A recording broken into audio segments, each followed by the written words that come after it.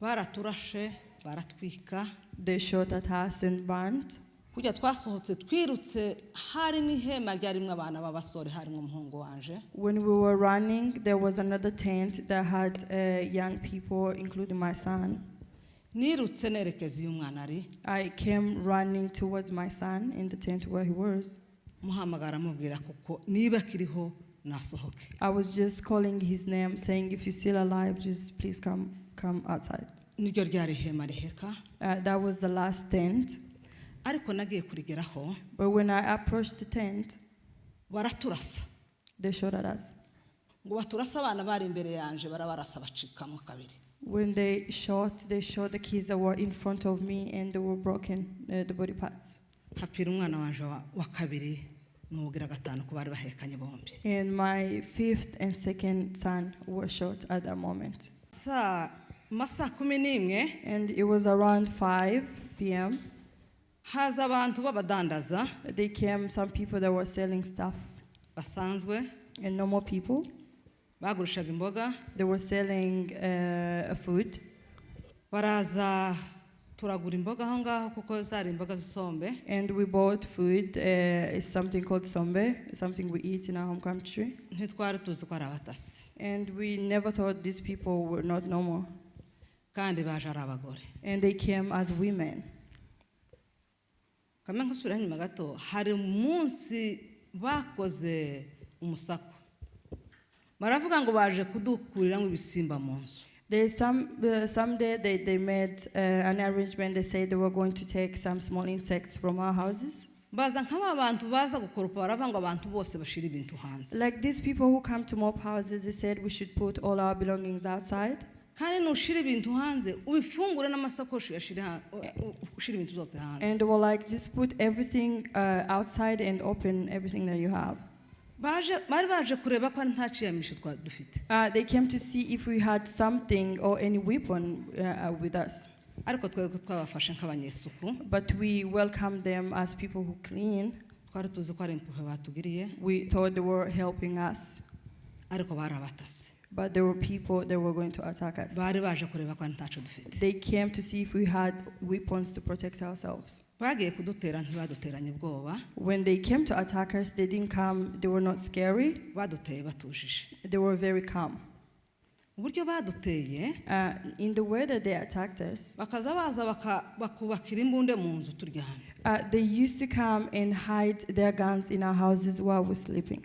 Kuko nta mpungenge bari bafite. Because they were not scared of us. Ntaco bari batinya. They were not scared of us. Bari bazi ko ntaco dufite. Because they knew that we didn't have any weapons with us. Ntabwo bari bazi ko nta batabazi dufite. They knew that nobody would come to rescue us. Baratwishe. They killed us. Baratwika. And they burned. Uburyo badukikije umuriro. The way they surrounded fire. Waburi mu ihema. You used to be in your camp. Uburyo bakurangiza guri hanze aho wihisha iruhande rw'ibyo kurya. They were transparent that they could see where you're hiding. Bakakurasa. And they would shoot you. Uburyo wari kuryama warambika inda hasi uri hanze kuko habona. When we're sleeping in our houses, they could see through that we're sleeping. Bakakurasa naho wihisha iruhande rw'umufuko w'ifu. And then even if you hide behind a food or anything, they would still shoot you because they could see you. Amasasa gitangira twari tuzi ngo ninka baje kunyaga. When the gunshots began, we thought they were going to rob us. Kuko twari ruhande rw'ibiraro. Because we had cattle and we thought they were going to rob the cattle that we had. Z'abaturanyi twari duhungiyeho b'abarundi. And we rented our neighbors who were Burundians. Titwigeze dutekereza amasasa atangiye kuko ari twebwe dushakwa. We never knew that we were the target when the gunshots began. Twaje kwitera hejuru abantu batangiye gupfa. When many people started dying, that's when we realized that we were the target. Twigira inama yo guhunga. And then we came with a plan of running away. Induru zabaye nyinshi. There was a lot of mourning. Akavuga atakuba ngo baturasire mu nzu dushire. And we were saying instead of them shooting us in our houses and finish us, so just tear apart your house and just go out and find a hiding. I had 6 children. And then I was like, I'm going to be quick. I think I was the quickest to go outside. nasatuye ihema I tear apart the house where I was staying, aho narindi inside where I was. nafashe umwana wanje wa kabiri aheka undi w'incuke I got my last born and carried another child that I had, the youngest. naje nafashe uwo nari mfite nosa mfata n'undi wo hagati And bugira gatatu I carried the last born and the third born. yari yacitse intege They were very scared. bapfuye kurasagira ubwoba bwinshi When the gunshots began, they were very scared. kuko amahema kera ubwo ngubwo tubonye amasasa abaye menshi yari ameze nk'amashahi Because through the tent, the shots would just go through. So it was just going through into the house, into the tent. twasohotse hanze utagiha wumva ko ari amasasu yari kavuga nka kujya kw'ingoma When we got throughout the tent, it was a different sound. ukavuga ngo reka ugende gusa aho niba uri gufata nuko And you were just like, I'm just going to run. If they shoot me, they shoot me. kuko hari habona umuriro wari uhawaka Because there was fire and they could see you, because the fire was providing the light. bari badukikije umuriro naho wari gutekereza kwirukira ntahari hariho They had surrounded us with fire that there was no way to run. baraturashe baratwika They shot at us and burned.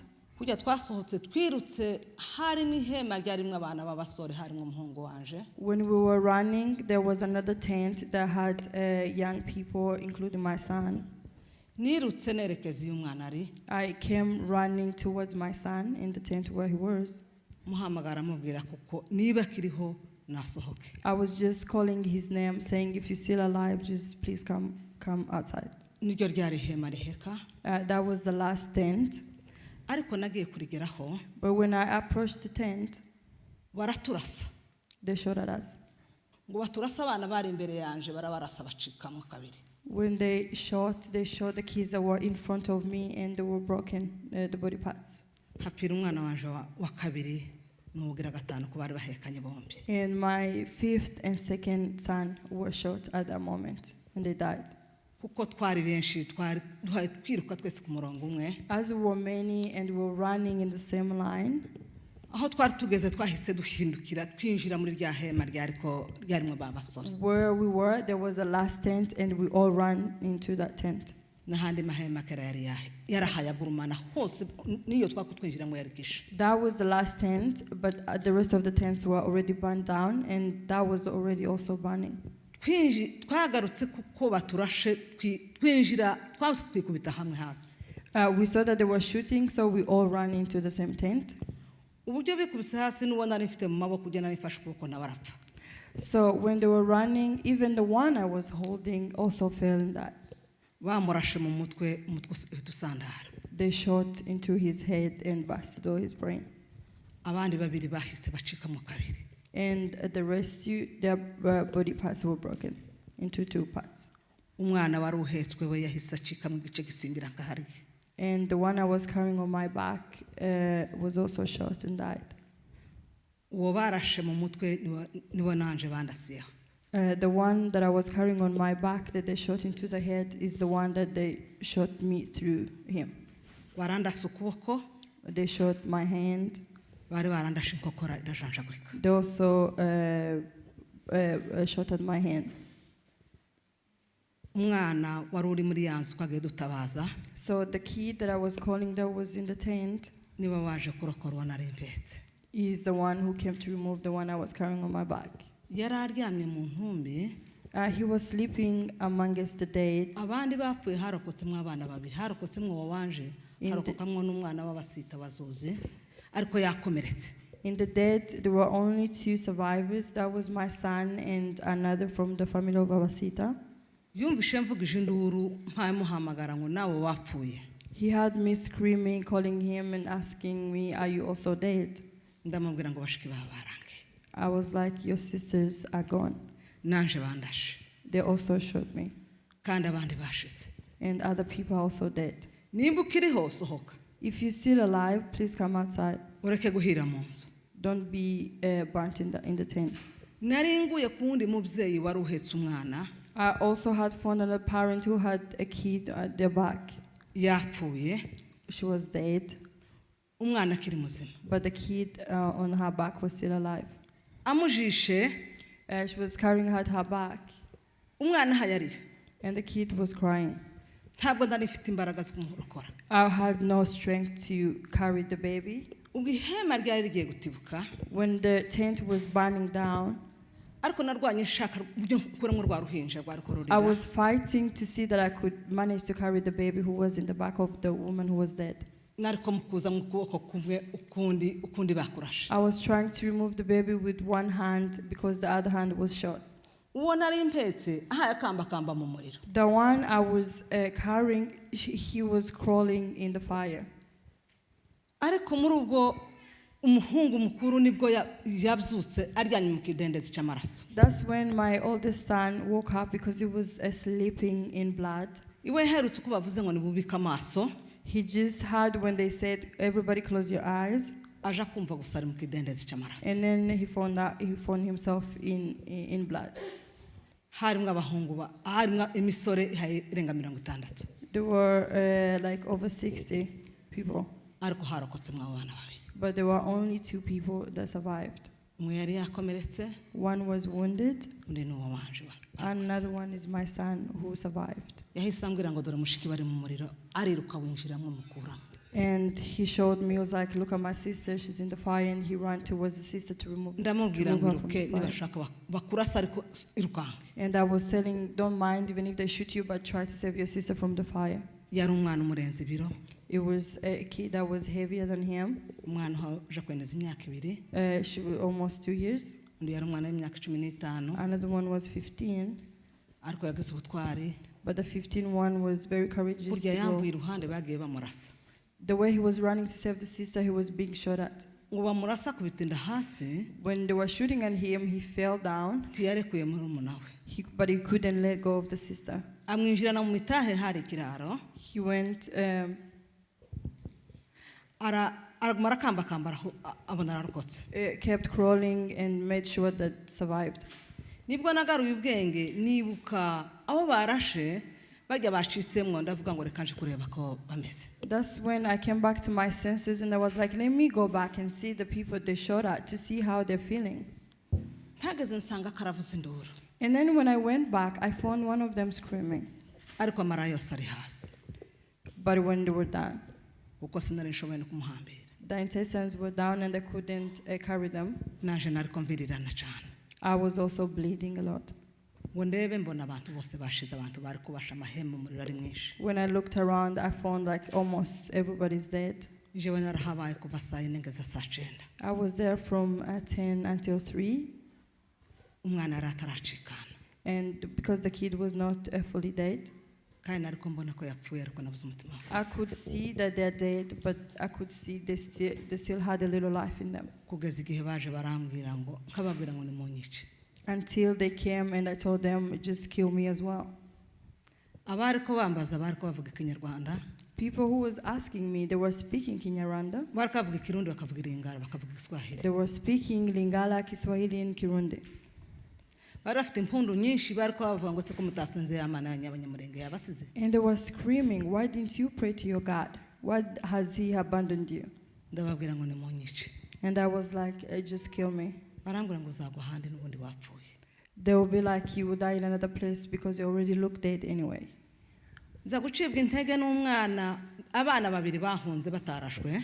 I lost hope when 2 kids that ran away that had survived. Bari kubirwanka baje kugera aho bageze bagasanga hari umuriro bakagaruka. They were running, and when they reach a certain point, they find fire, and then they come back. Yari umwana ufashe uwundi ukuboko. It was a kid holding another kid's hand. Ariko barabafashe But they got them, babata mu ihema riharishe. and they put them in the tent that was burning. Barabashungera bavuze induru nyinshi cyane. And they were surrounding them, shouting. Abandi bankikije And others were surrounding me. bahe bambwira ngo madamu ntiwakize uno mwana wawe. And they were telling me, Madam, can you save your child? Kababwira ngo nimunyice. And I was just keep saying the word that you can kill me as well. Ariko ntibanyishe. But they didn't kill me. Bansize aho. They just left me there. Jewe nagaheje saa 9.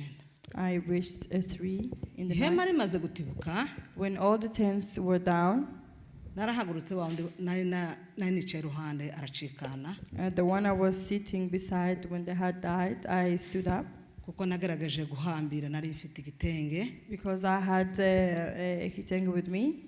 kamwinjizamwo na kwa kuboko kumwe nsigaranye ngahambiriza amenyo kugira ngo ndebe ko amara agaruka. I used a cloth to tie them to see if they could gain a little bit of life again, ariko ntibizakunze. but it was not possible. haza umwana wa Gishoma ngo ni Askofu It came a son of Gishoma called Askof. nawe yaje harazangana babaye cyane He came crying, very sad. araza arambwira ngo mpambire. He told me, "Can you please tie me?" nahise mfata agashati nari nambaye ndagashanyura I got a shirt that I was wearing, I tore it down, ngerageza kumuhambira and I tried to tie him. ndamubwira naje bandashe. I was like, "They also shot me." arambwira ngo nimuhe amazi yo kunywa. He was like, "Can you please give me ndamubwira water nta to drink?" mazi nobona. I was like, "I cannot find water this time." nawe aracikana. And then he died in front of me. abantu baragahaye basha People were still burning down, induru ari nyinshi cyane and a lot of mourning, tutarabona ubutabazi. and there was no rescue at the moment. bonyine aribo bihariye Them, uburyo bari bahagaze bashanyura ibyo basahuye. the way they were standing there praising what they had robbed from us, harimo abagore there was women, harimo abagabo there was men. bari bafite ibyishimo byinshi cyane. They were full of happiness of what they had just done. bahaye bavuze impundu They were screaming with a lot of bari happiness. ko baririmba bakaza baririmba ngo reka babyinire abanyamurenge barahiye. They were singing and screaming, singing, "Let's dance for Banyamulenge," because they are all burnt down. ariko bene data But brethren, akambwira ubwoko bwacu ngo nimuhumure. let me tell my tribe that be courageous. akambwira ubwoko bwacu ngo nimukomere. Let me tell you that be courageous and strong. ntabwo tuzapfira gushira. We will not all be dead. n'ubu turacahaye dupfa We are still dying, n'ubu turacahaye dupfusha and we're still losing our tuzira beloved uko twaremwe. for the reason of who we are. abana bacu bagatoranywa mu bandi bakicwa. And our kids being picked and killed because of who they are. ababyeyi bagatoranywa mu bandi bakicwa Our parents being killed for how they look, kubera uko imana yaturemye. just because of the way God created us. ni ukuri muhumure. I just want to make dufite you to be ibyiringiro ko courageous. tuzabasanga mu ijuru. Let's be hopeful that we'll find them in heaven. jewe narakomeye Me, I'm strong and courageous. nahuye n'ijambo ry'ihumure. I found a word of hope. ngira ibyiringiro kuko nzabasanga. I have hope that I will meet them in heaven. reka dushimire imana yaturinze kuba tukiriho dufite abantu baha batanga ubuhamya no munsi. But again, let's thank God that we have people that are giving testimonies today. ntacyo twatanze. We didn't give anything to God. ntacyo twatanze ku bagiye. We didn't give anything. hagiye abantu bari bakomeye. There are people that were strong that died. ariko reka dushimire imana yaturinze. But let's thank God that protected us, and we're here today. mu byiza no mu bibi tukadushimira imana. In the good and the bad, to thank God. kandi ubwoko bwacu And our people, reka nongere mbabwire ngo mukomere. let me tell you again to be strong, uko twahuye n'izi ntambara because of the wars that we've been having zikiduhiga and the wars that we're still having ibihe byose forever. It's been forever now. tuzira kuko turi abanyamurenge. Being killed because we are Banyamulenge, tugatoranywa mu bundi bwoko. being chosen among other people ko turapfa tukagwa mu bihugu bitandukanye. from different countries. ariko muhumure hari imana.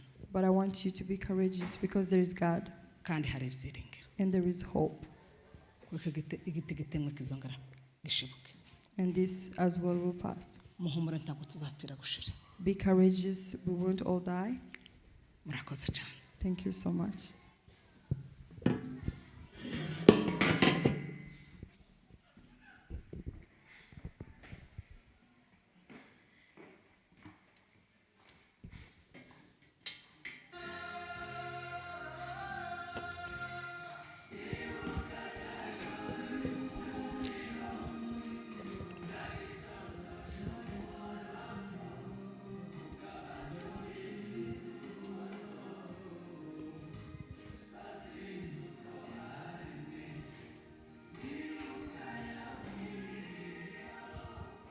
Murakoze cyane. Tusen tack. ya no kwihangana. Vi kondolerer.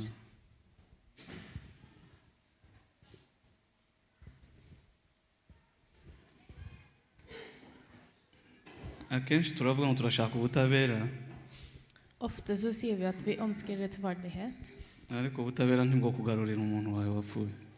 men den eneste rettferdigheten har det vært å få tilbake våre folk.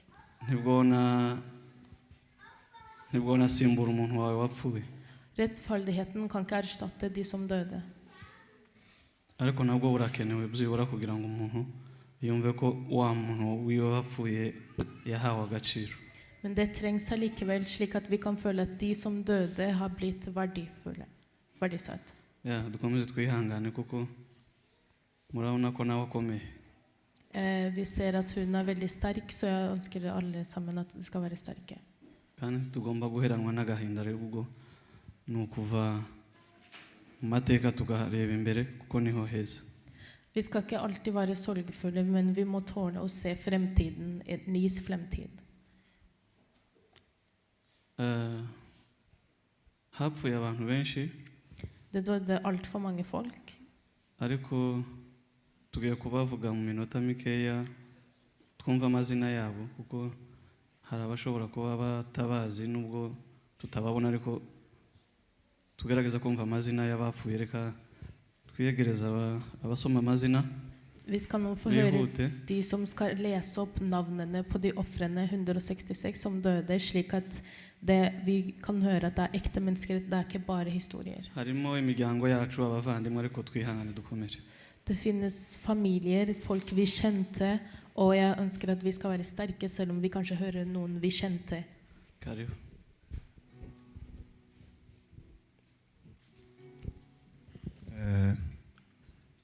Mbere na mbere dutanze pole ku muryango mugari w'Abanyamulenge Først og fremst så sier vi kondolerer til alle Banyamulenge. ndetse tunatanze pole ku miryango y'ababuze ababo bugufi bari hano. Vi ønsker også kondolenser til de etterlatte som er her. Mama maze gutanga ubuhamya For eksempel offre her. n'abandi benshi hano tuzi abantu bacu bahapfuye tuzi tuvukana ku maraso. Og alle andre som kjente folk som hadde familiemedlemmer som døde. Baratwishe ariko ntibatumaze kandi ntituzoshira. De drepte oss, men de utryddet ikke oss, og det skal de ikke heller. Rero ndabasaba ngo dufatikanye, tugiye gusoma amazina y'abapfiriye mu Gatumba mu bwicanyi bwakorewe Abanyamulenge. Så jeg ønsker at vi skal være sammen i det vi leser opp navn på de som ble massakret i Gatumba. Ni byiza ko tubibuka kandi tukabatekereza kuko ni abacu, ni amaraso yacu kandi bazize akarengane. Det er bra og nødvendig at vi minnes de og tenker på de, for det er vårt folk, det er vårt blod som ble drept på grunn av utseendet deres. Sawa, tugiye gusoma amazina rero. Famille Minyati, Foste Minyati, Kadafi Minyati, Mereweneza Minyati, Nyanome Minyati,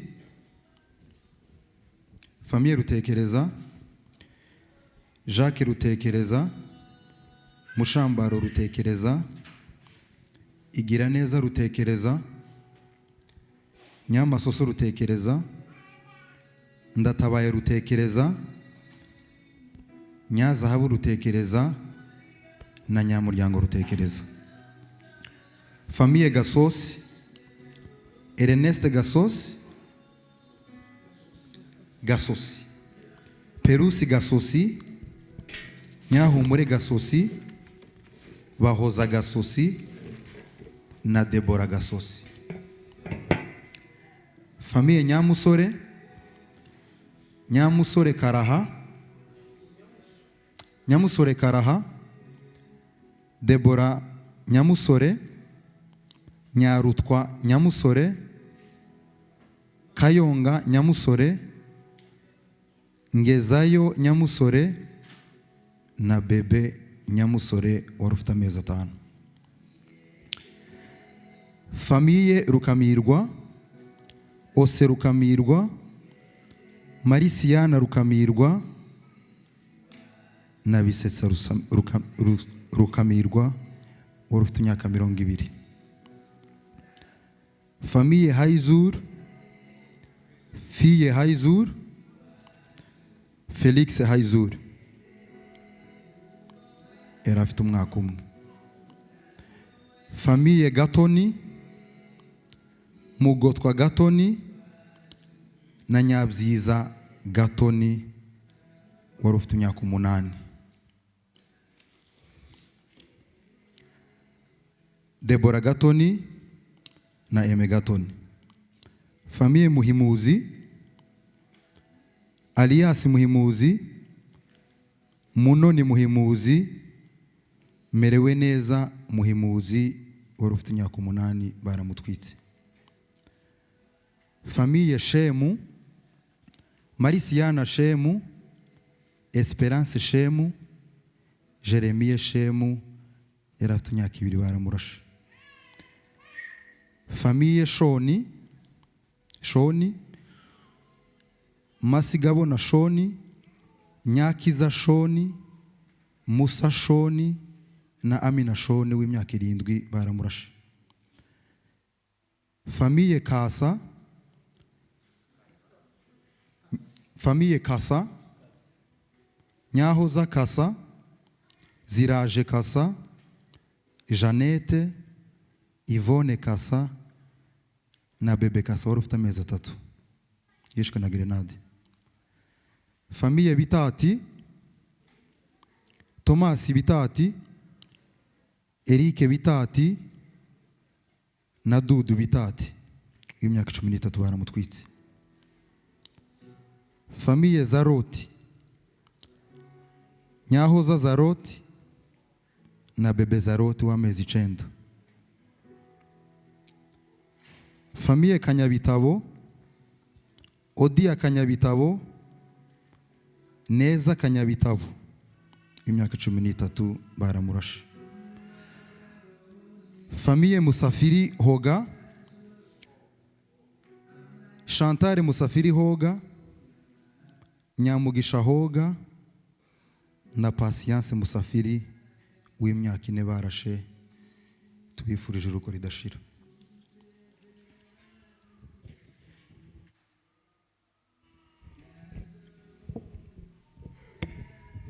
Turibuka Famiye Gapingi, Nyabihogo Gapingi, Claude Gapingi, Giselle Gapingi.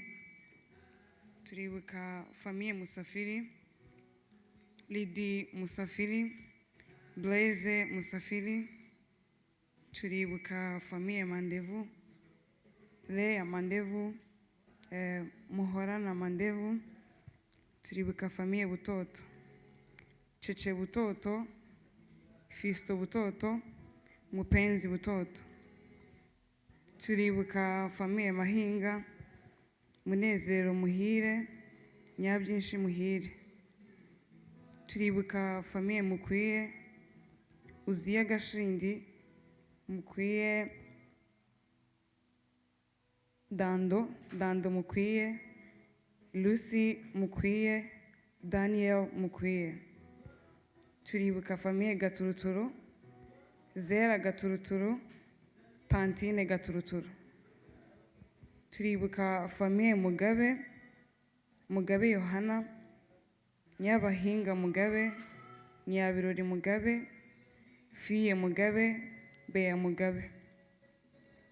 Famiye Rukungugu, Claude Nzabakiza Rukungugu, Nyagazura Rukungugu, Muhuza Felix Rukungugu.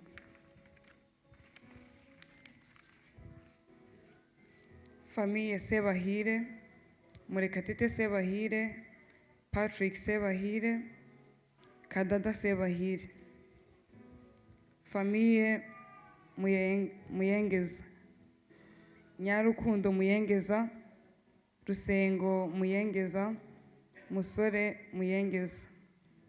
Famiye Maniragaba, Bukuru Maniragaba, Ndayisenga Maniragaba, Ange Maniragaba. Famiye Ntwari, Paulina Ntwari, Jeanne Ntwari. famiye Gishoma, Askof Gishoma, Nkunda Gishoma. Famiye Biguge Romanzi Fabienne. Biguge Fabienne, Inosa Biguge, Didier Biguge.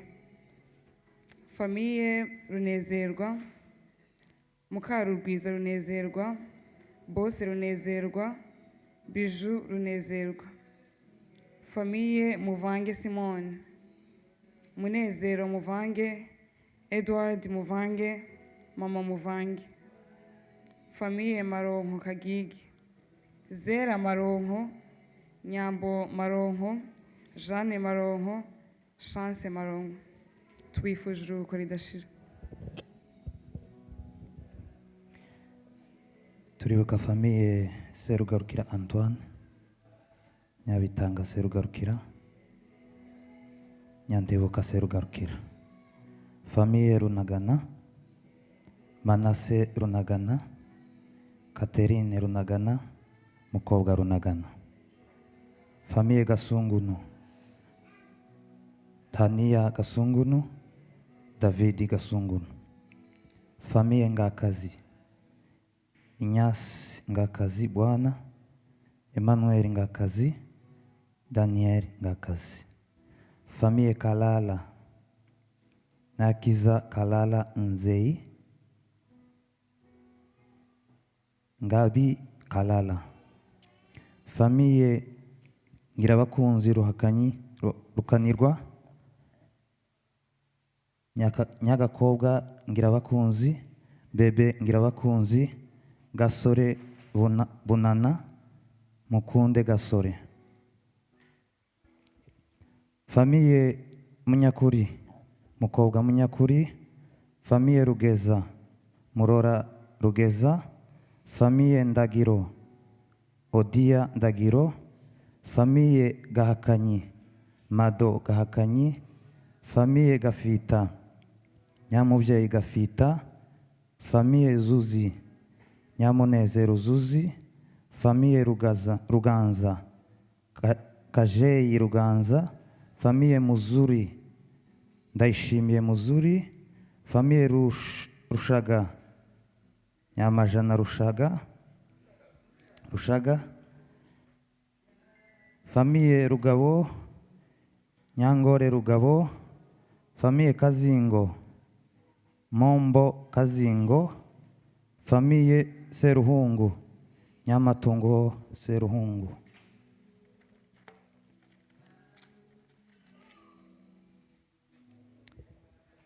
Famiye Maria, Sifa Maria. Famiye Ndakanirwa, Andre Ndakanirwa. Famiye Rushemuka, Ngombe Rushemuka. Famiye Bizimana, Kazingo Bizimana. Famiye Nzungu, Michel Nzungu. Famiye Rusekeza, Gikwerere Rusekeza. Famiye Nyantonesha. Famiye Ruhumuriza, Nyakirindo Ruhumuriza. Famiye Binyonyo, Afande Binyonyo.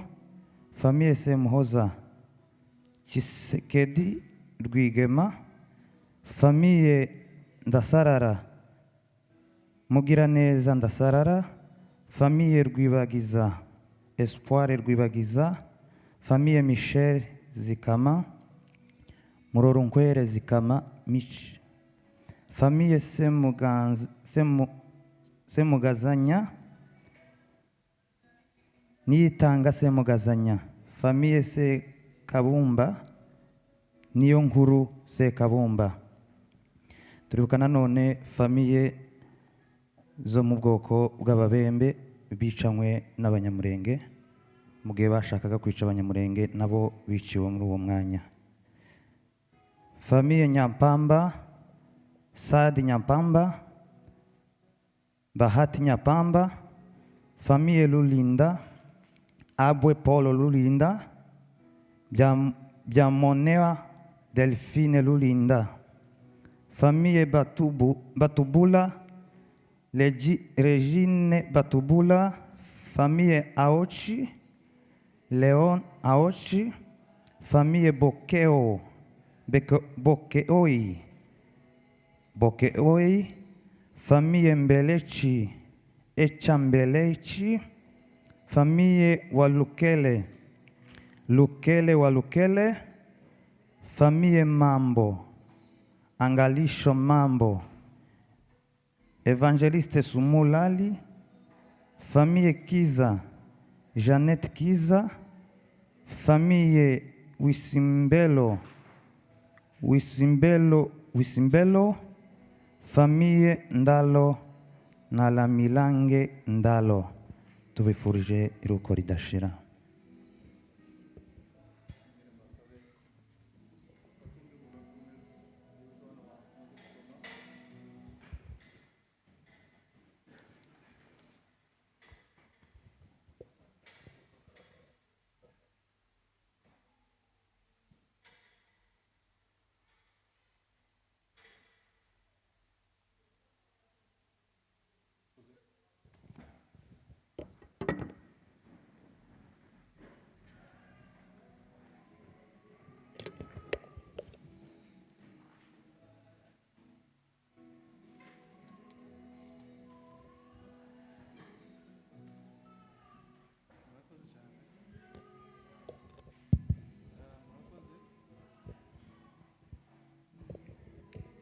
murakoze cyane.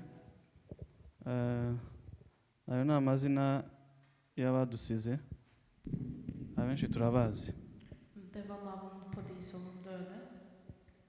Njyewe abenshi ndabazi ko twarabanye i Buvira cyane, Jeg personlig kjenner mange av dem, for vi bodde sammen i Uvira.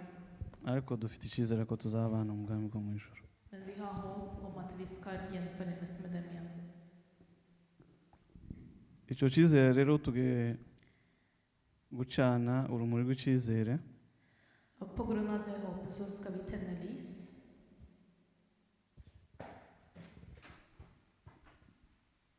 Urumuri rw'icyizere rugaragaza ko nubwo bapfuye ariko abasigaye dufite icyizere cy'ejo hazaza. Vi skal tenne lys som et tegn på at selv om de døde, så vi de etterlatte, så har vi et håp om fremtiden. Ejo hacu ni heza, tuzabaho neza nubwo badusize. Vi har håp om at vi har en lys fremtid og at vi skal leve. Kandi biba bivuze ko ikivi basize tuzacuza, aho bari bagejeje natwe twakomereje aho, kandi turakomeje tuzagera n'aho bifuzaga kugera batabashije kugera. Og det betyr at vi skal streve for å gjøre alt det de ikke kunne gjøre og alt det de lot. Reka Perezida Mufunga atambuke adufashe gukora uwo muhango ndetse n'abacana urumuri rw'icyizere. Han skal hjelpe oss og veilede oss til å tenne lys. Barakoze cyane. Tusen takk. Twaje kwihanganisha mwebwe mwese mwicaye hano hantu. Mine dypeste kondolanser til alle som sitter her. Ni ibihe bitaba byoroshye ku mitima yacu. Det her vanskelige tider. Ni amateka yemereye ubwoko bwacu cyane. Det tunge historier. Umunsi ugeze rero imitima yongera kandi gusubira inyuma ugatekereza wa munsi. Det en dag hvor vi går tilbake og tenker gjennom alt som skjedde. Ariko tugira amahirwe ijambo ry'Imana ryatubwiye ko hakiri ibyiringiro. Men vi heldige for Guds ord sa at det finns håp fortsatt. Handi murongo nasomye wavuze ngo icyo giti iyo cumvise amazi cuge kandi kugira amashami mashasha. Det var en sang som sa at når et tre blir kuttet, men får vann, så kan det vokse opp igjen og få grener. Nyuma ya wa munsi ya rya joro ko dufite amashami mashasha ari mu mwego muri hano hantu. Etter den natten til 13. august, så takker vi Gud for at vi fortsatt sitter Kandi her. dukomeje gushibuka buri munsi nubwo dufite umugambi wo kumarwa ariko tumeje gushibuka buri munsi tumera. Og vi vokser og blir flere og flere, så akkurat som det tre. Rero nkuko bivuze tugiye gucanira urumuri rw'icyizere. Som sagt, så skal vi tenne lys som et tegn for håp. Muri byinshi dutegereje ari ubutabera. Vi venter fortsatt på rettferdighet. Ari no kubona amahoro mu gihugu cyacu. Og at vi skal få fred i landet vårt. Tugiye gucana urumuri rw'icyizere. Vi skal tenne lys for håp. Buri muntu wese yumve ko hari ibyiringiro no kwizera ko hari umunsi bizose bizokemuka tuzobona igisubizo cya byose bino hantu. Og mens vi gjør det, så må dere tåle å håpe at en dag så blir det fred, og det blir bra igjen. Rero tudatinze reka dusabe tugiye gusoma amazina y'abantu hano bari budufashe kwasura umuri w'icyizere. Uten å ta for lang tid så skal vi lese opp noen navn på folk som skal hjelpe oss med å tenne lys. Amazina yabo turasoma hanyuma bayatambuka bahagarare hano imbere. Og når vi leser opp navnene så skal de reise seg og stå der. Nyuma protokolo zifite buji zirabahiza buji. Etter det så skal de få lys. Nyuma niba zifata amaboko turasaba abantu bose guhaguruka bumve ko nawe uri wa mwanya ukize kugira ngo nawe wiremo mu cyizere ko ari umunsi tuzabona amahoro n'ubutabera. Når de holder det så vil jeg at alle skal reise seg og tenke og finne håp i seg selv.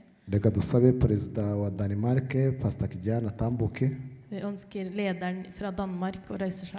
Reka dusabe Albert perezida wa Finland atambuke. Lederen fra Finland. Reka dusabe perezida Mituwarite tunabashimira cyane w'u Rwanda n'abatambuke. Lederen som leder Banyarwanda. Kuza kwifatanya natwe tubaye agaciro cyane tamukana imbere. Og vi takker ham for å være sammen med oss igjen. Dusabe mwene data nawe izina rye ngo ni Odium. Vi ønsker nawe natambuke. Vi ønsker at også han skal komme frem. Atambuka agarana na bagenzi be hano imbere. Han skal også komme frem og holde lys. Wenda bamusaba kugira ngo wenda yumve icyo agiye gukora icyo ari cyo. Vi skal tenne lys nå, så det er bare å stå her og så holde lys, og så skal dere tenne det etterpå. Natambuka agarana n'abandi hano kugira ngo. Du skal stå her foran med disse andre. Turasaba Pastor Alois. Så skal vi ønske Pastor Alois å komme frem. Na Pastor Jonathan. Pastor Jonathan også. Turasaba Mama Naomi. Ønsker Mama Naomi skal komme frem. Dusabe na perezida w'urubyiruko hano Merci nawe atambuke. Lederen for ungdommen også. Ngira wenda mwahagarara hamwe ku murongo. Dere kan stå i en linje her. Saba protokolo zifite za buji kugira ngo bazitambutse bazizane hano. Så ønsker jeg at dere skal få lysene. Kugira ngo bano bantu bagiye gufata zino za buji nk'uko muzibona. De skal holde lysene fram. Bazicane. Og tenne de. Ariko mu bufatanye natwe tubicaye hanze turatunga kandi duhaguruke. Så skal vi alle reise oss. Kugira ngo twese dufatikanye gucana no rumuri. Slik at vi sammen med dem i det å tenne lyset. Mwumve ko mwese muzifite mu mitima. Føl i hjertet at du også holder et lys. No kugira ngo twese turemane mu cyizere nk'abanyamurenge nk'ubwoko bwacu. Slik at vi formidler håp til hverandre. Hari umunsi tuzabona ubutabera.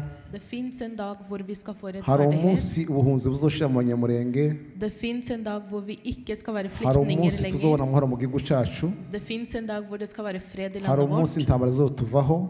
Det finns en dag hvor flyktningernavnet skal gå. Hari fra oss. umunsi natwe tuzidagadura tubona natwe dufite amahoro mu gihugu cyacu. Det finns en dag hvor vi skal være frie i landet vårt.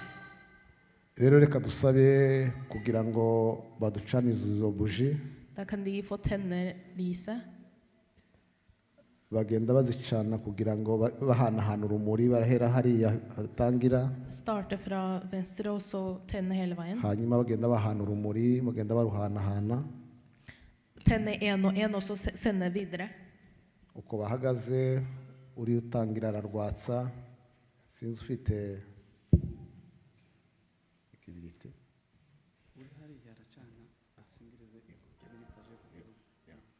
Uri haragiye gucana hanyuma agenda atanga.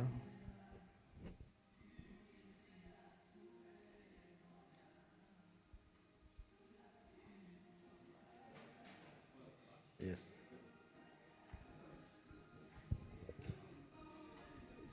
Du skal bruke samme lys for å tenne til resten. Muraza guhagarara mwese hano muzifite zirimo zaka mubone kuzirambika.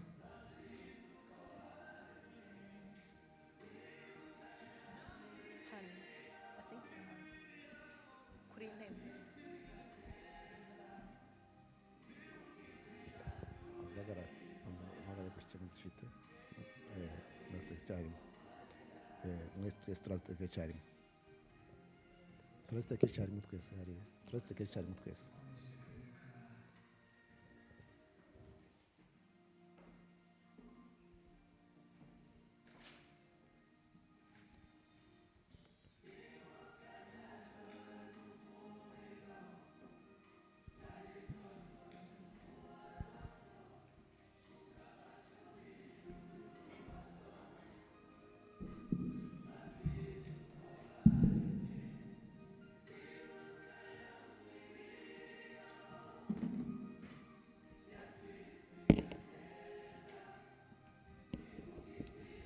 ndasaba ko batambuka hano hejuru.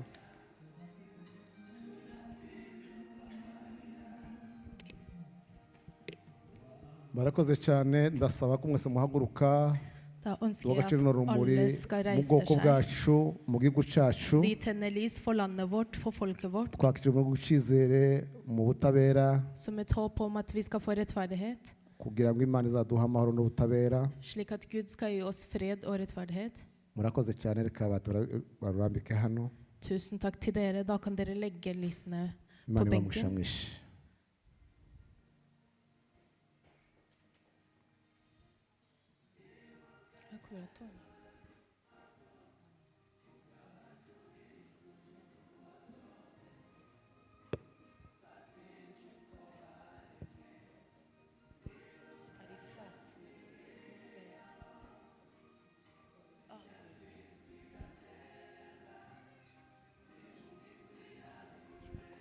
Zidafata.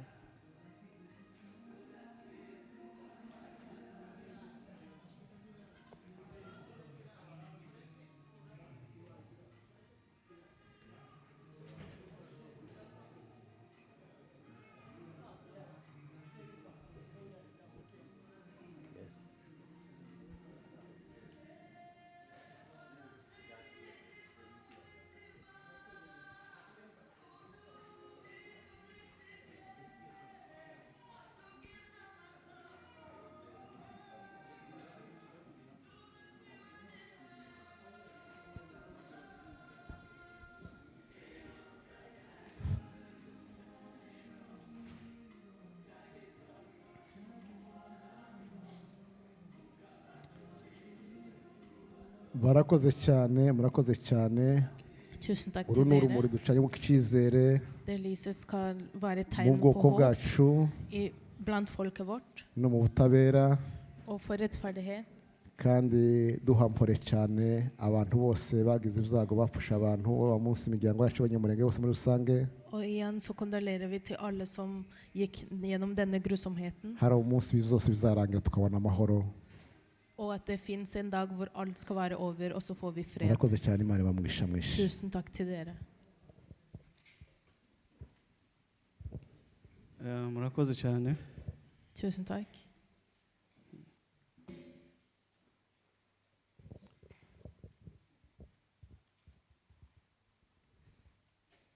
Uru ni urumuri rw'icyizere ko nubwo igiti cyotemwa ariko kizashibuka, Dette lyset er tegn for håp, kandi turizera neza ko tako tuzaba. Batwiciye kutumara ariko ntitwashize, turahari ndetse twabaye benshi cyane, kandi turizera ko tuzakomeza. hensikten deres var å drepe oss og utrydde oss, men det gjorde de ikke, og vi har troen på at vi skal leve. Reka twiyegereze urubyiruko Nå skal vi, rwateguye indirimbo nå skal vi ta imot noen ungdommer som har planlagt å synge. yo kwibuka ndetse n'icyizere. Batambuke vuba kugira De ngo skal babashe komme og kuririmba. synge.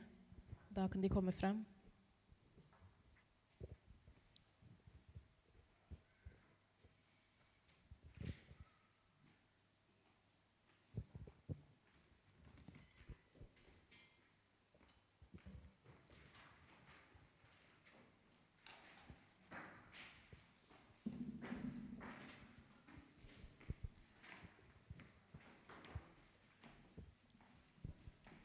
natwe turakomerezaho dutanga mpore ku muryango mugari w'abanyamurenge Så gjør kondolerer til alle abanyamulenge kubw'ibyago bikomeye cyane twagize på grunn av det vi har gått gjennom. ndetse binakomeje n'ubu ngubu.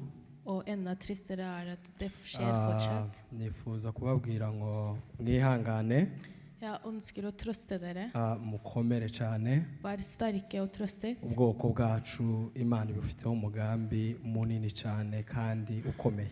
Og tro at Gud har en plan for vårt folk. Twibuke twiyubaka, Vi må minnes og bygge oss selv opp. dushira hamwe,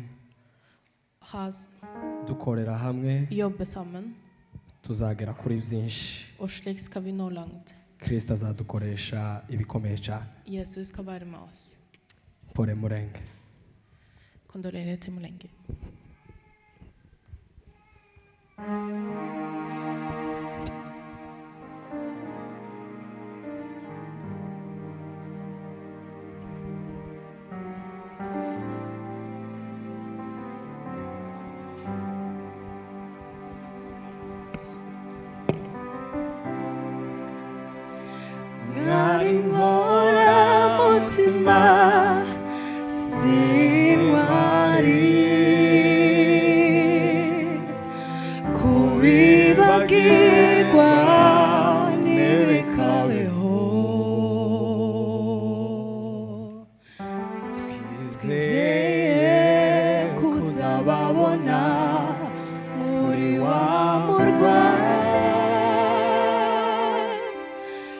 twasezeranijwe n'umuremyi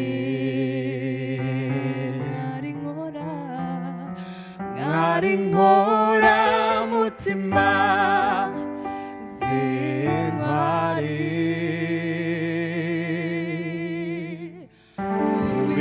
bibagirwa ntibikabeho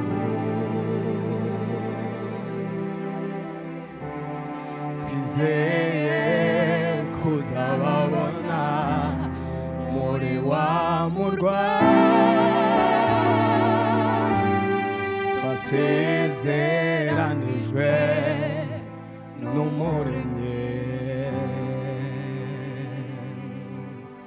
ntituzibagirwa ijoro ry'umwijima 13 zo kwa munani mu gatumba imitima yacu yongeye kurobeshwa n'amarira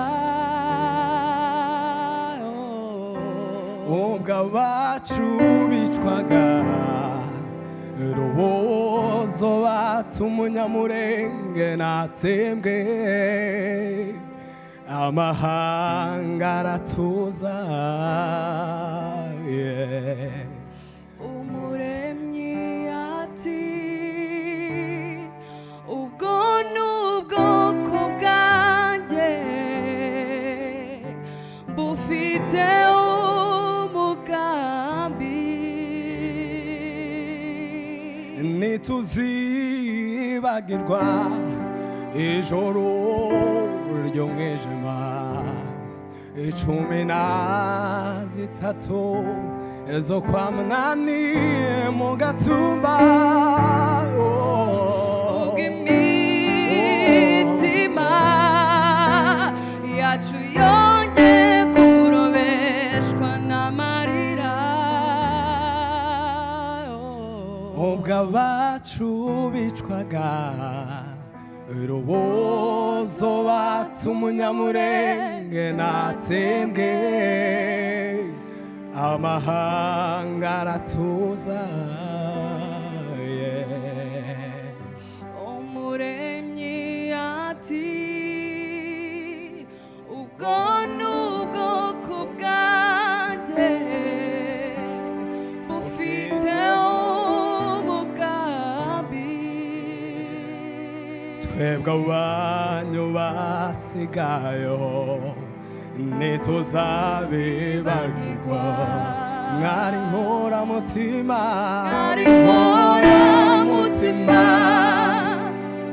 z'intwari kubibagirwa ntibikabeho twizeye kuzababona muri wa murwa twasezeranijwe n'umuremyi mwari nkoramutima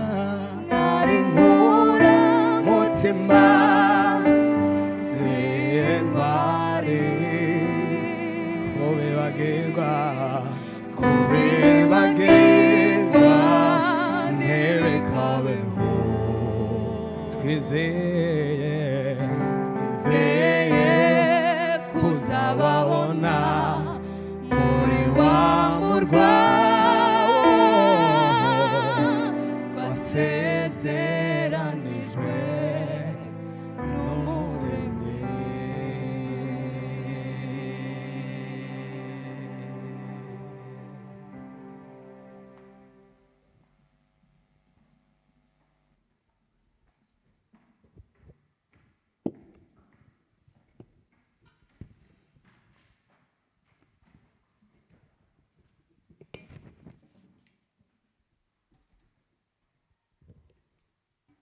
murakoze cyane.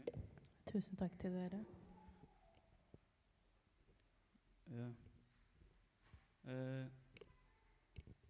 Umwanya ukurikiyeho tugiye kumva umutangabuhamya wa kabiri Nå skal vi høre vittnesbyrd igjen for andre gang. araza gukora ku mateka makeya no ku buhamya kugira ngo byose twumve intandaro y'ubwicanyi dukorerwa yaturutse he n'iki kibitera ariko araza kubisamarizinga buke. Han skal dele vittnesbyrd, men allikevel fortelle litt om historien. Hva skjedde, hvorfor skjedde det, og når skjedde det? Karibu.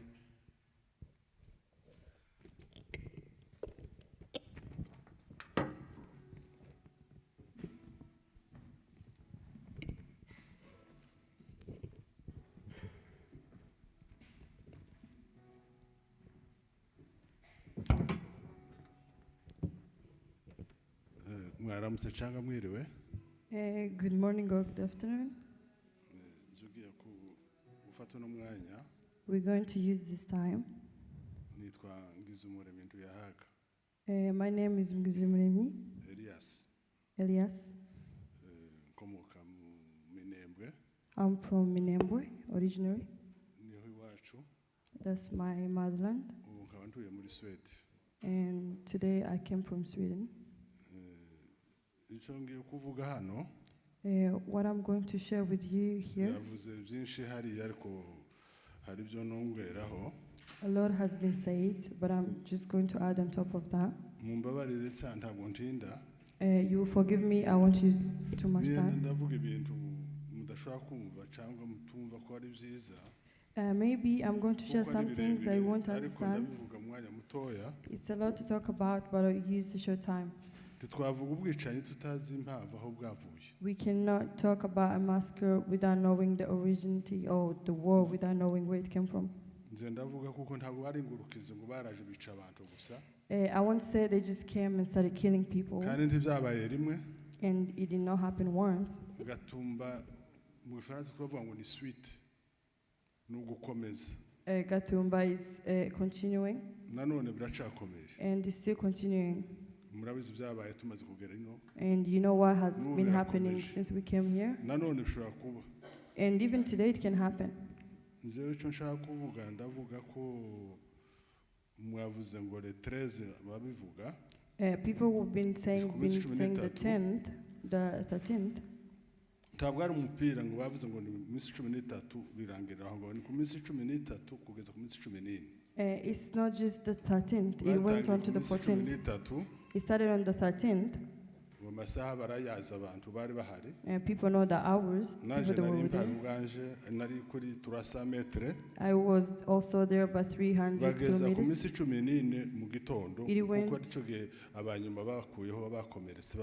It went on until the 14th because that's when we found other people. When they talk also about genocide, they say it happened 6 days, but it came until the day they got the country. It did not happen on the 6th. It did not happen one day, it went on until they were stopped. In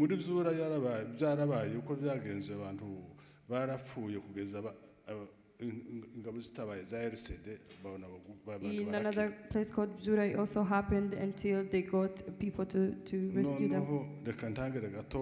So I will start with this. I will explain who is Banyamulenge. And there is a lot of discussions going on, saying who is Munyamulenge, where did they come from? These discussions going on, and the fact that we want to be Congolese. Banyamulenge originally come from Rwanda. Ndashaka kubasobanura kuko muvuga ngo akomoka mu Rwanda akomoka muri Tanzania akomoka I Burundi. So people saying they come from Rwanda, from Burundi and Tanzania, that's false information. Kuko nimirara yose bavuga ngo nabarundi ntabwo ari abarundi n'abanyarwanda banyuze I Burundi. The clans saying that Burundi is not from Burundi. Tukagira bamwe tukabagira abarundi abandi tukabagira abatanzania abandi tukabagira abandi ibyo ni ibintu babyita speculation. And the speculations have been saying the tribes come from many different countries.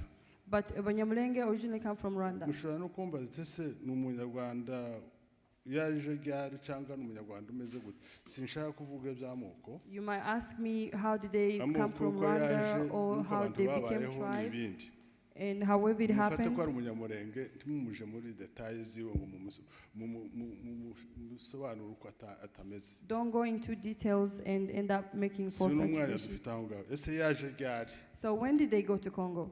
Kuko n'abantu bakunda kuvuga histoire abanyamurenge bakavuga imyaka itariyo. And people who say the history, they also get the age, the numbers wrong. Mu mateka bavuga ko umunyamurenge yaje ku mwami Gahindiro. And they said they came on the regime of Gahindiro. Baje ku mwami Mutara Rwogera haza ku mwami witwa Kigeli Rwabugiri. Abona abami batatu batwaye mu Rwanda nico gihe abanyamurenge bagize migration bava mu Rwanda. So during the regime of these kings that he has mentioned, that's when Banyamulenge flew to Congo to become Banyamulenge. In 1997. In 97.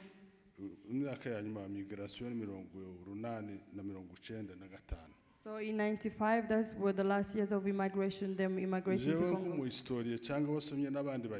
Me as a historian,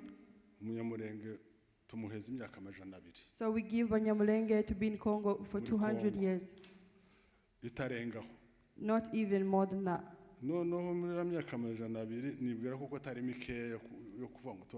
So in these 200 years, I feel like it's a lot of years for you to become a Congolese. We have people who have been here 5 years and they're already Norwegian. So why did they migrate from Rwanda to Congo? So they migrated for 2 reasons. They went with their cattle.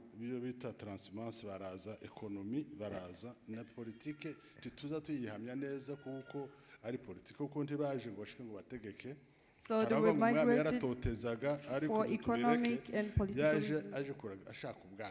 They went to look for pasture for their cattle. So which number 1 city did they migrate to? They went in a city called Kugegera. Gakamba, that's the place.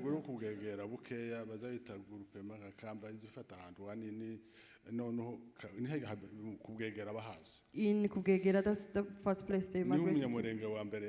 That's where the first place they settled. So which Munyamulenge arrived there first, that I cannot tell because I'm not sure. Serugabika, maybe he's the first man to arrive there. So when they settled there, they weren't there for a long time. Because of pests and diseases, they had to move.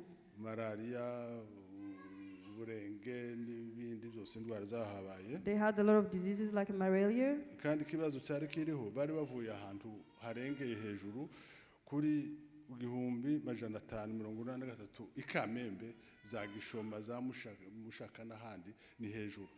So they had lived in good places, so when they moved to this city, they had a lot of diseases.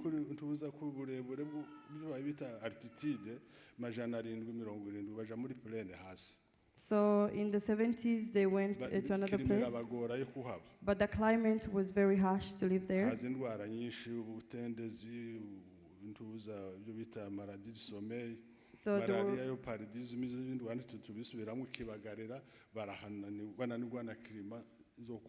So there were many diseases in the same place they moved to, so they had to move again.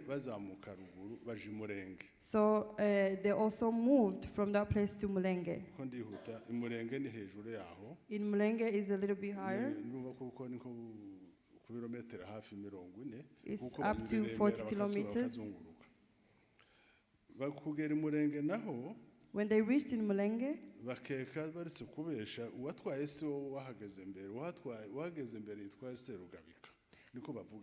first Mulenge person who was in Mulenge was called Rugabika, in the Mulenge Mountains.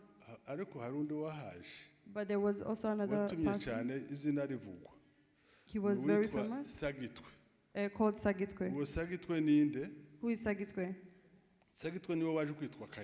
Sagitwe is the person who led the time to kumwita Kaira. Kayira byavuye kuki yarabazaga se nta Kayira kaje kuri uriya murenge The reason they called him Kaira, he used to ask nta Kayira kaje kuri uriya for murenge directions a lot of mukuma time. kuvuga Kayira kaje kuri uriya murenge noneho abo yasanze aho ngaho bari batuye baravuga ngo Kayira nkuko So Kaira translating to the way, so they nicknamed him bamwita the way. Kayira ni inzira umurenge ni mu Kinyarwanda ntabwo ari indivugo yavuze The way is translated to Kaira. aho yageze arahatura hitwa umurenge So they gave him that nickname and he stayed in Mulenge Mountains. ntabwo ari ibyavugwa So Mulenge name is not umurenge nkuko iva mu a new name. It has always been there. ngubu ariko umurenge ni umusozi So Mulenge is a mountain and it has always been there.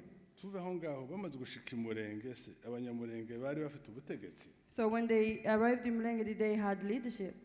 ubutegetsi traditionnel The leadership, the traditional way of leadership. ntabwo nuvuga nkuko azavuga mu Kinyarwanda umukuru w'abatwa niwo mwami wabo ntabwo ari byo I won't say that they had the kind of leadership like the leader of the Twa. patriarch murabizi abazi Bibiliya The patriarchy, I think people who read the Bible patriarch n'abandi baho muri Bibiliya and people who read the Bible know about that. umukuru donc umukurambere cyangwa umukuru w'umuryango niwe watwaraga abandi. So the leader of the family was the one who was ariko leading muri the rest. organisation mu buyoborere y'iwacu muri famille hari ibyo bita lignage muri famille ntoya umuntu ufite niwe utegeka uwari ufite inka niwe wategekaga abandi. So in the kind of leadership we have a lineage. The person with more cows is the person who gets to lead.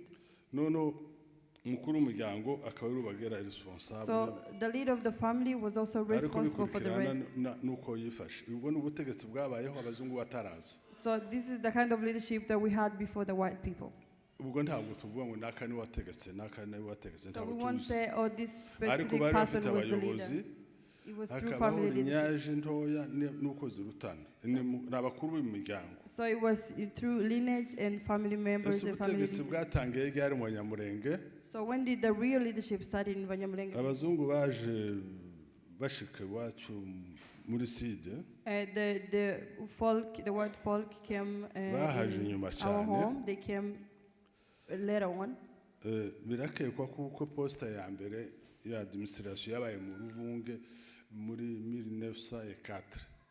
We think in the 90s that's when the white people came and introduced a new institution and leadership. ariko ubutegetsi bwa mbere bwatugezeho. But the first leadership that we had, abazungu bakigera iwacu ba explorateur bamaze kuzunguruka igihugu bamaze kukibona. when the white people and the missionaries had come and like surrounded them. muzamwumva amakuru ba Stalin mukumva ba David Livingstone abo ngabo bageze Burundi. People who study about history, you've heard about the people that have come into our country. inkomoko ya source de Nil.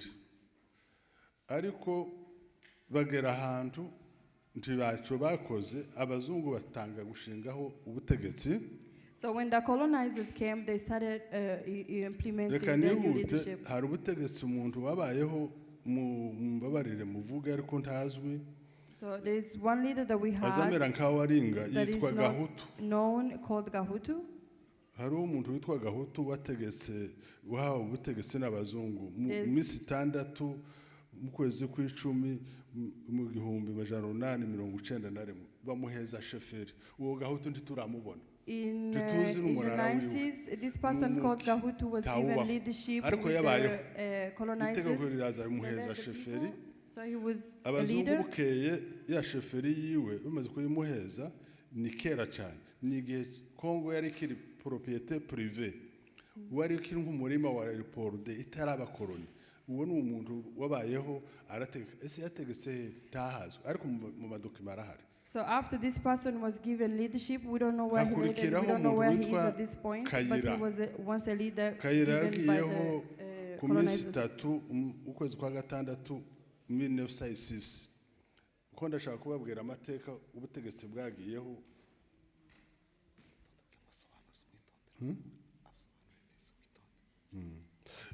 uyu Kayira yagiyeho 1906. In 1906. imyaka 1906 twari dufite ubutegetsi. That's when we had appropriate hariho sheferi leadership. wo nguwo wagiye arabura ariko makuru nabonye mu ingarishize n'umuntu uhabikoraho muri Amerika yarambwiye ngo uwo Kayira si umunyamurenge. But that kind of leader we had. Mu bandi ashika muri plane. Kuko n'ababebe bigeze kuba ba chef de collectivité there are rumors that this person was actually not a Munyamurenge, but he was among the people that had moved to Umunyarwanda waje aratura muri plane bamuheza shoferi bamaze kuyimuheza baraso baramwirukana baranamunyaga arahunga subirayo. So that person was said to be a Rwandese atarategeka ariko bamuhaye ordonnance yo gutegeka. Kayira yagiyeho when Kayira came to leadership in 1996, bamuheza shoferi. So they gave him leadership again in Mulenge Mountains. They gave each person their part. So the kind of law that was there. Shoferi ya Kayira ngo habe mu mwaka w'igihumbi 1910 barayemeza. In 1910 it was confirmed. Barayemeza. His leadership was confirmed. Ngo habe mu 1920 yandi y'agahutu n'ishuga yavuyeho. In 1920 that's when the Gahutu leadership came out. Ariko baza kuyikuraho. There was no actual papers that proved that he was once a leader, but he was removed. Ya Kayira bayikuraho mu 1933. In 1933. So this is two regimes that we've seen so far. After we've seen these two leaders, regimes, in the following years, 20 years, we saw the groupema za mbere ariko habe ikibazo groupema na notabilité byari bigoye kubitandukanya. Gapita na chef de groupement ntibari babizi kubitandukanya. Hakaba Gapita na Wasu Gapita ariko groupement bakavuga ngo ya Budurege yabayeho nyuma yaho haza kubaniza bamuyengeza haza kubaniza se basamira n'ibindi ariko twaza kubikurikirana na babururu ni bari banotable na Budurege ntabwo yari groupement yabaye representant w'abandi porte parole niko bazabandika hamwe ubuvugizi w'abandi. Izo groupement zibayeho muri 20 n'ibindi tubona ubutegetsi. Reka kubera ikibazo cyo ko muze yashaka kugira ngo asoze vuba umusobanuzi yakwicara abicaranye n'abari abantu badayumva Kinyamurenge akabasobanurira. Avuze?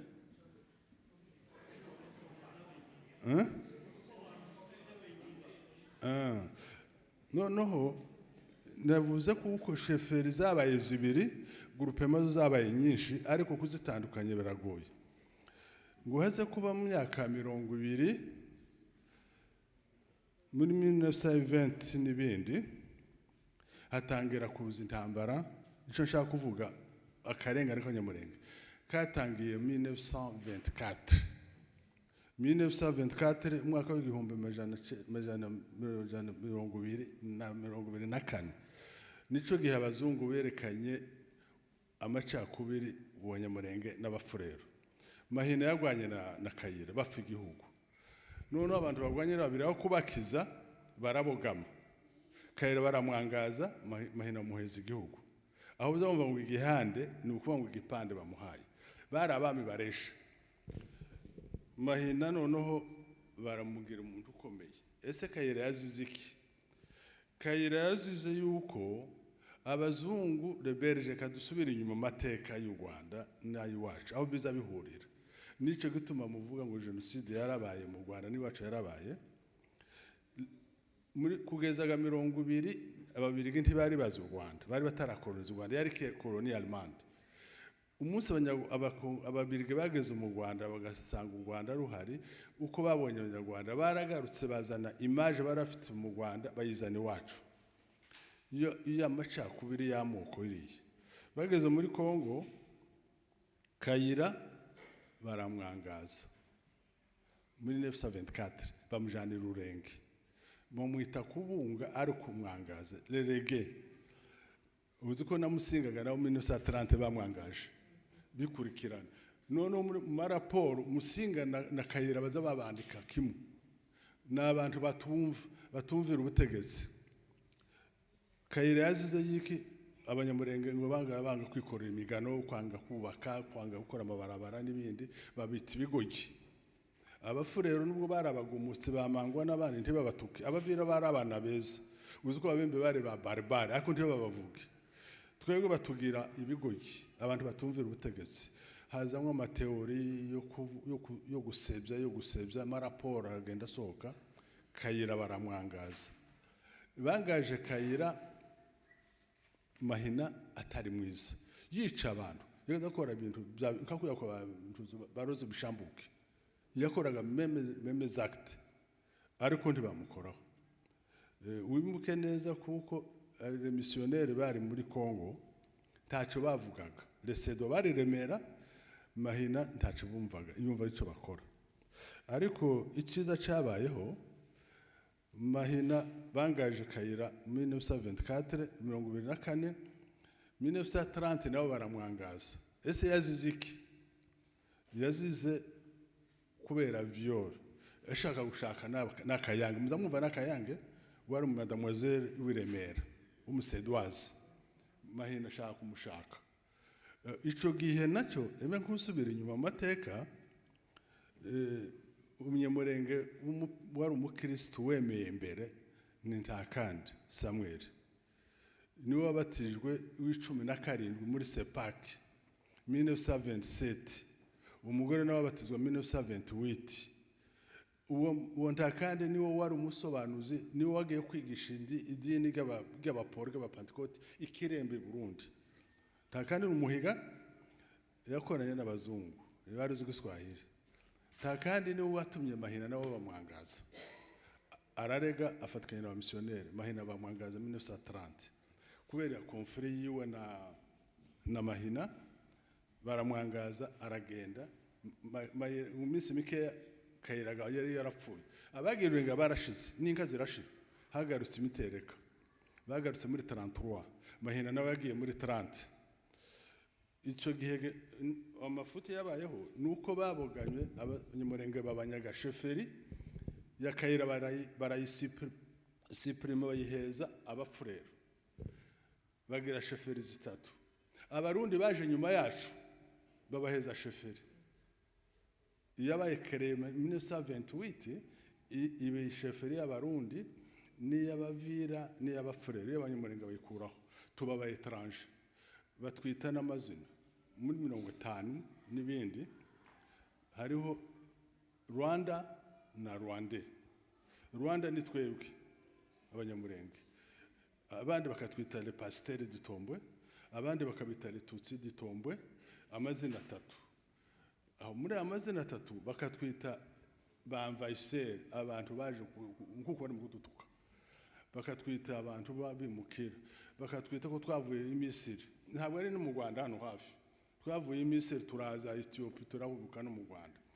Noneho turi abanyamahanga, baradusebya, batubwira abashitsi, birahama, baratunyaga.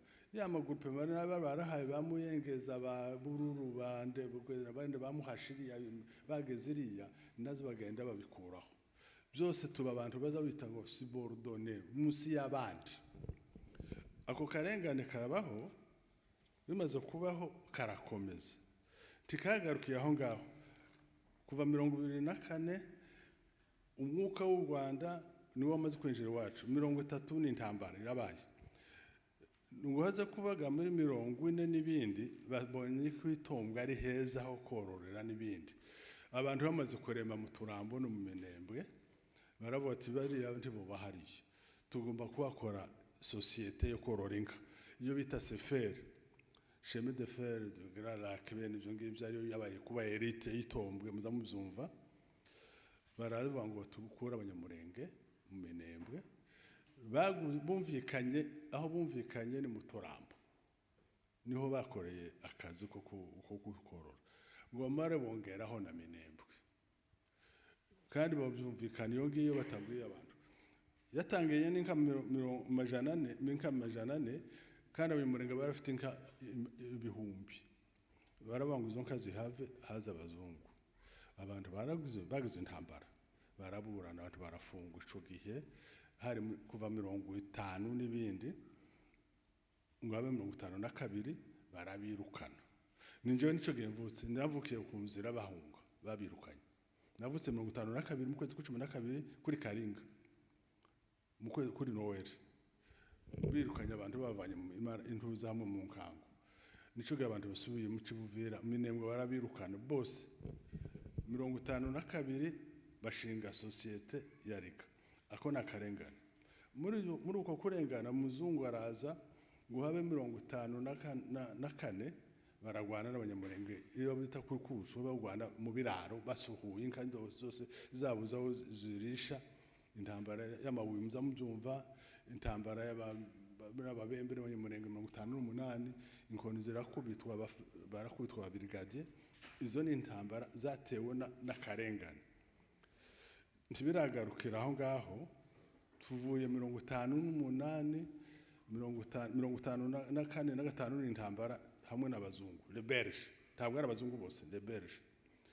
Aho ikindi bigomba gusubira inyuma, ese ni gute mwebwe abanyamurenge kugeza icyo gihe mwari mufite amashuri cyangwa mwari abakristo ntibyabayeho? Habaho ikibazo cy'idini iwacu, amashuri yabaye makeya, ntibigeze bashaka ko haba amashuri. Nayo bazanye abantu ngo bigire nabi kuko n'abandi bose babigeraga bakaba bisubira inyuma. Ngo iyo hatari abanyabwenge nta ngorane zibaho, niko bavuga. Amashuri ntayabayeho, idini nayo ntibashatse uko bibaho, nubwo abanyamurenge batabyumvaga ntacyo bigeze bakora.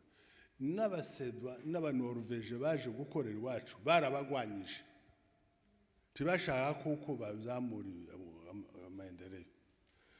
Umutekereze koloni 1800 n'ibindi, kwemera ko abanyamurenge ni 1950 niwo mwaka bemeye, nubwo bakaja bikana bamwungura bemeye mbere takandi muri 1920 yemeye n'abakaroje zikiya n'abandi n'ababugojera bara abantu bari baremeye. Mbasha muturika 1930 yavuye mu Rwanda yarabaye mu Kristo Katolika yitwa Mbasha Dismas, ariko ntibigeze bagira n'amashuri, nta n'ikanisa ryabayeho.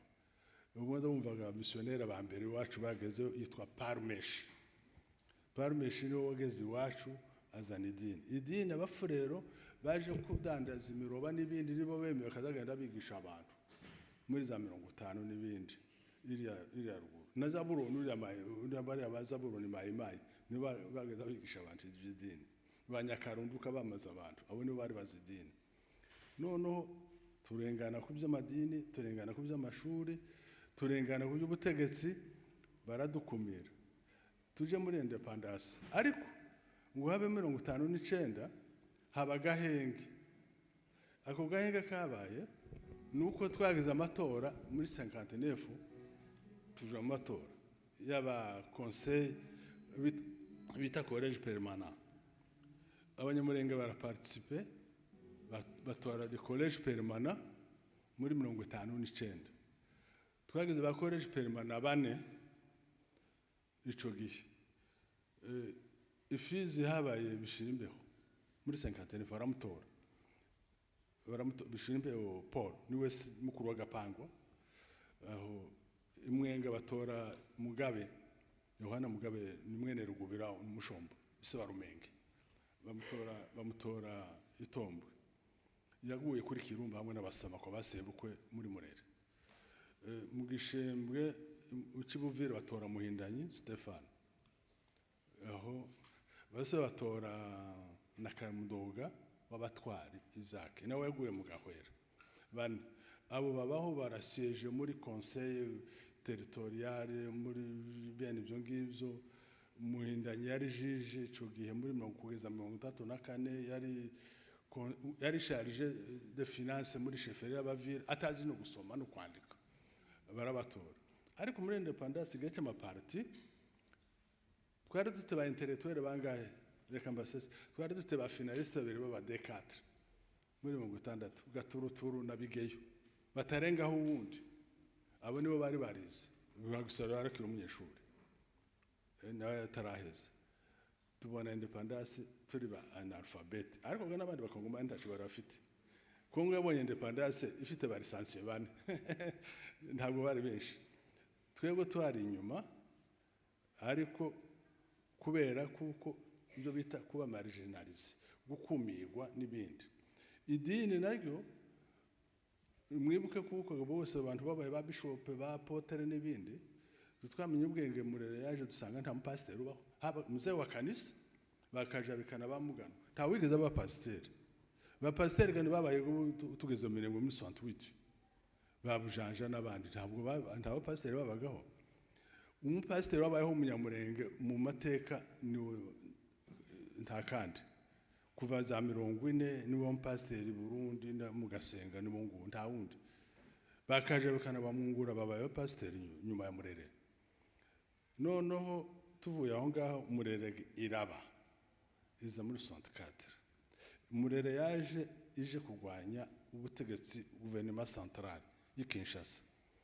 Igeze hariya ababembe barabihindura ba communisme kubera kutamenya ngo tuzogabura ibintu iza ari twe yirasiye.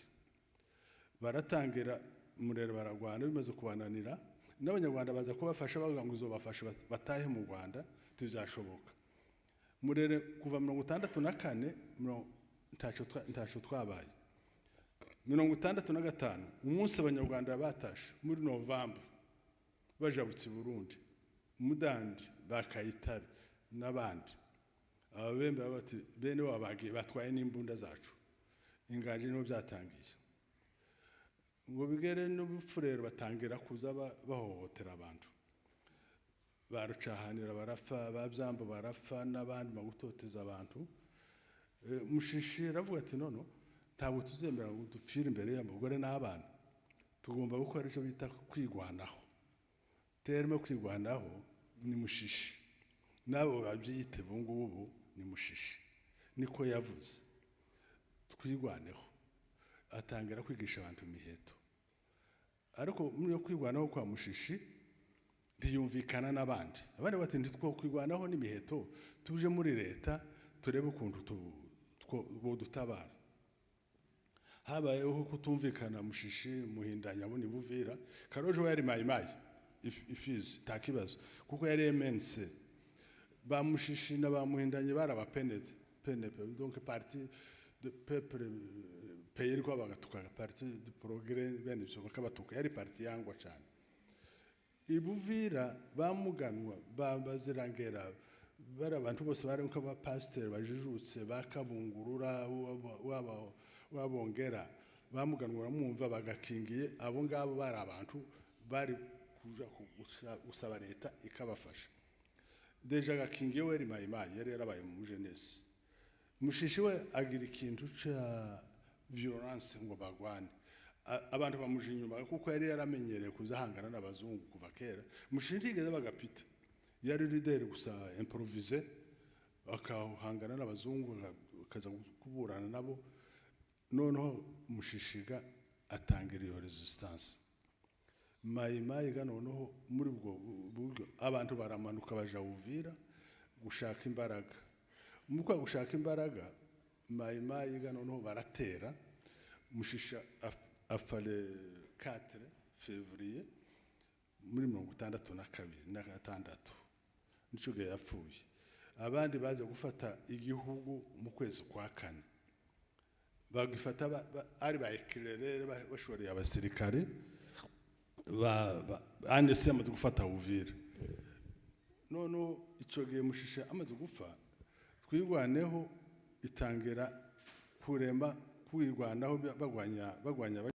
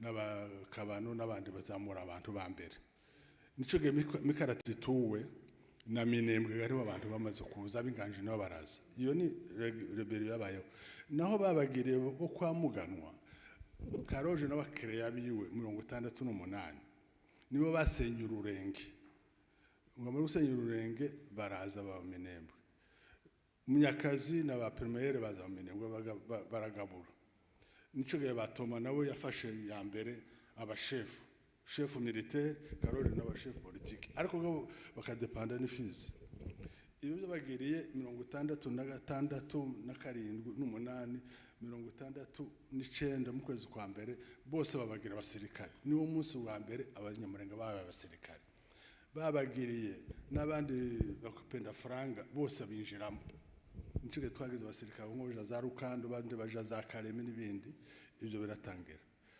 politike razamukaga tumaze kugwana na Murere muri za 70 itangira tugira amahirwe tubona umuntu uduserukira Gisaro araboneka yarahejeje amashuri Gisaro yabaye umutegetsi akiri umunyeshuri bamugira directeur général w'amashuri yose muri Kongo y'Abaporo umwaka utarashira bamugira député abadepite yarize ari umuntu wemewe manda ya mbere ya Gisaro nico gihe twabonye amahoro kuva 70 kugeza twagize imyaka 10 ntawe udukoraho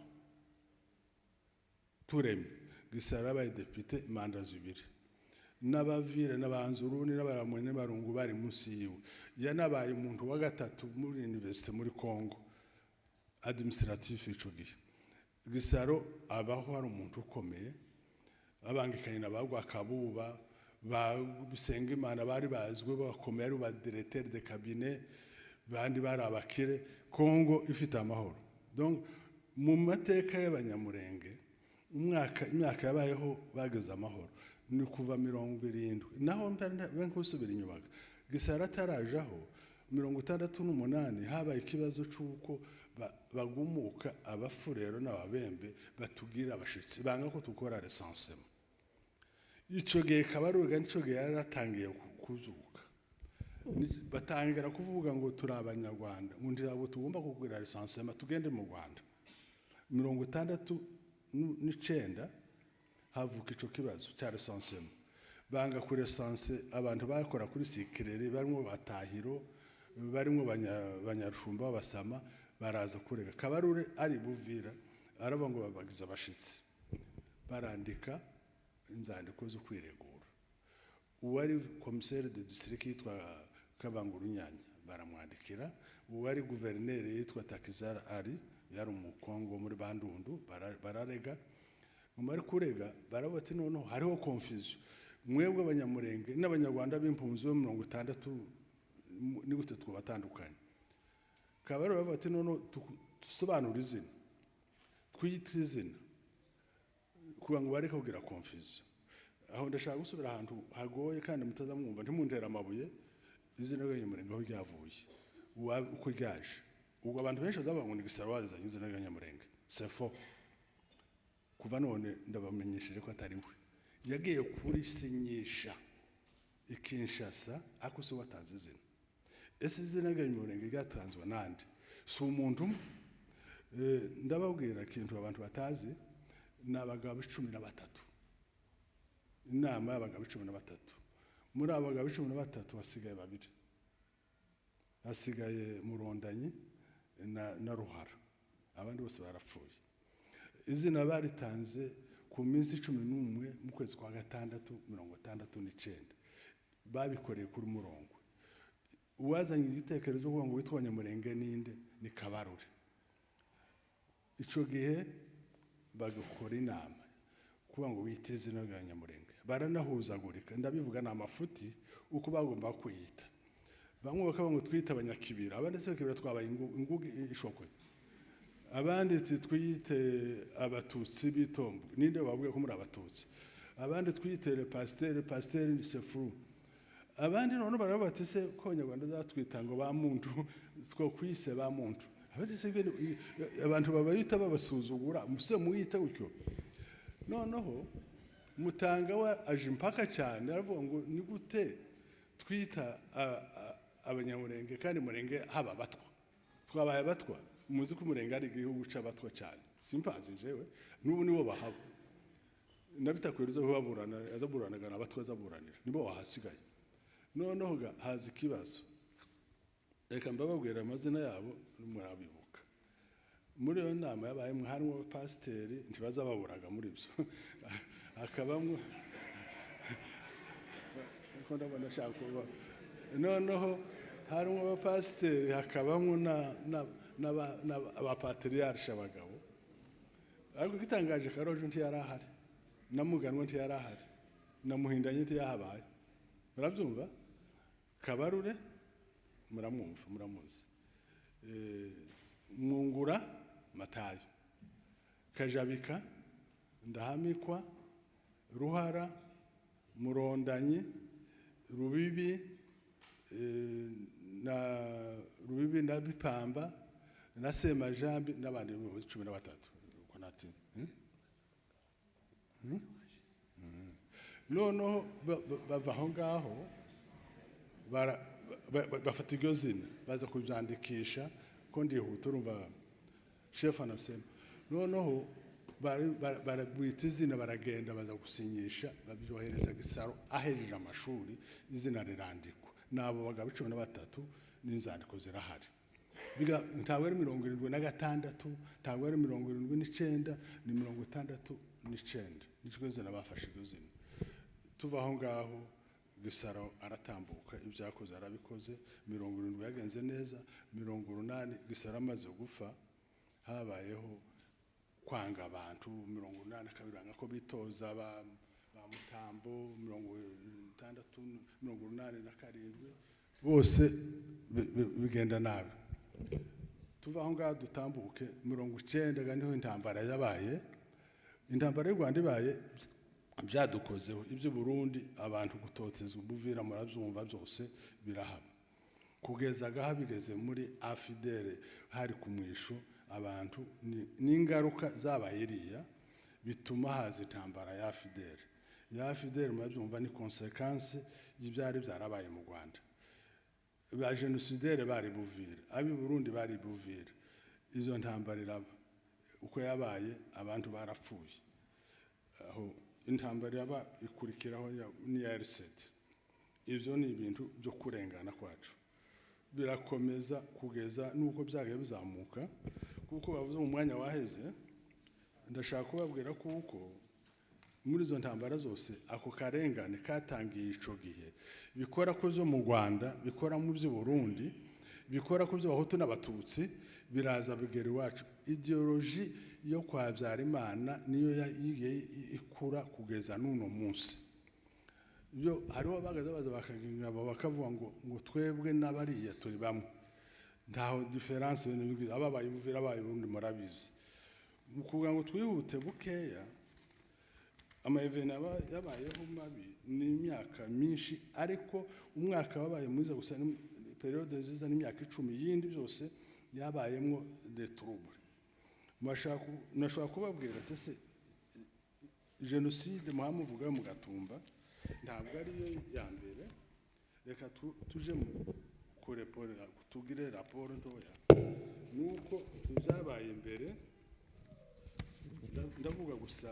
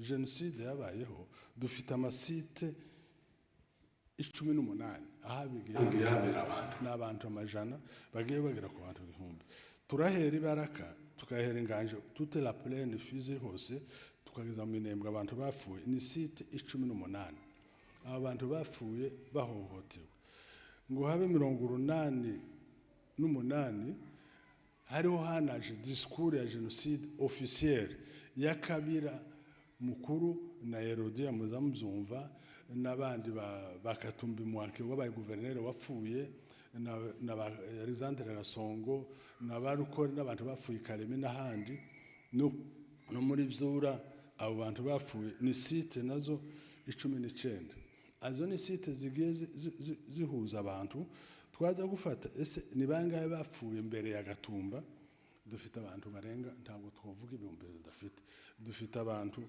barenga ibihumbi 2,200 abazwe kandi tukwemeza tukabati aba barabonetse ufashe abanyabubembe ugafata ab'inganje n'abandi bose utoratoranye kandi iyo tuvuga abo ngabo dufata abantu baguye muri plaine kuva Uvira kugera mu Kamanyura burya rero abantu baguye za Sange na za Mutarure na za Kamanyura bapfuye kuko ari abatutsi abantu barenga amajana batari bari bazi ko ari abafurero kandi ari abatutsi biratambuka ibyo bimaze kuba intambara zarabaye kugira ngo ncungure umwanya ndashimira uko yanemereye kabona bonye umwanya wo kuvuga Gatumba yatangiye gute Gatumba yatangiye bikurikana de conflit politique za Mutegutse na bambuza amabiri y'Bukavu binakora no kuri ba Masunzu ibya ruguru bimaze kuba ibukavu abantu barahunga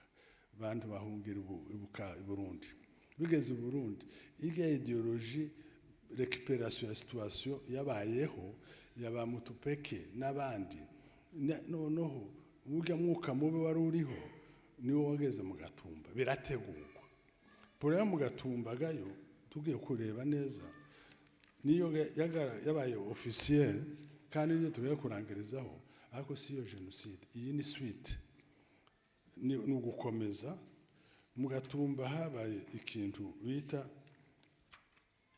yakozwe yo kumara abantu mu Gatumba kuko ari umunsi dufite hano mu Gatumba habaye preparation igaragara iyo tugira officiel habaye persecution guhohotera abantu kwezi kwa 6 kwa 7 muri plaine Buvira noneho kugeza n'umunsi wa nyuma bafunga frontière bafunze frontière ku munsi wa nyuma wo gutera bagize amatracte mbere yo gutera nafashe ngena gufata umunsi yage bahohotera abantu kuri frontière bava mu Gatumba 14 bafunga abantu babahohotera mbere ya jenoside mu Gatumba bigeze umunsi wo kubica inama ko yagiye iba konda gifite umwanya wo kubivuga Mutupeke Mbuzamabe abaga bareke n'abandi bateguye ni benshi n'abanyakabaka Mayimayi na FARDC ni FDLR bavuye mu Kabimba police FNL kuba byivugiye baraza Uvira axe Kavimvira Nyangara Kahororo abo ngabo nuko baje indi axe yavuye axe Plaine de la Ruzizi Kiriba centre Kiriba Ondes secteur 5e secteur 7 Kahororo barahuruka Kahororo ubu yashika mu Gatumba iyindi axe ni ya gatatu FNL niyo yaje ivuye ivugizo ni hawe ni kuri frontière kuri 3e avenue kandi hajya mu Gatumba kera binjiraga Kahororo n'abaraza iyindi heka ni yavuye baturutse bishorewe nande Majariwa n'abandi bafurero barimo n'aba FNL barahuruka bose baza guhurira mu Gatumba ariko harimo complicity ya brigade yo mu Gatumba yari bizi kandi byaragaragaraga baraza ibyo bakoze simbisubiramo muri makeya nabihuzaguritse ko mwabyumvishe ntabyo ntushobora kuvuga ngo bishire ku murongo, ariko mwumvishe ko icyo nashatse kubabwira ni uko kuza kwica abantu mu gatumba cyangwa kwica abantu byatubayeho byavuye mu karengane, byavuye ku bukoroni, byavuye mu gukumirwa muri byose, havukamo n'inzigo yo kwangwa n'ibindi kugera aho bigera muri jenoside. Nibyo biha bikomeza n'uno munsi, disikuru zaba bitakwira murazumva, iz'abandi bahora bavuga ubu ngubu murabyumva,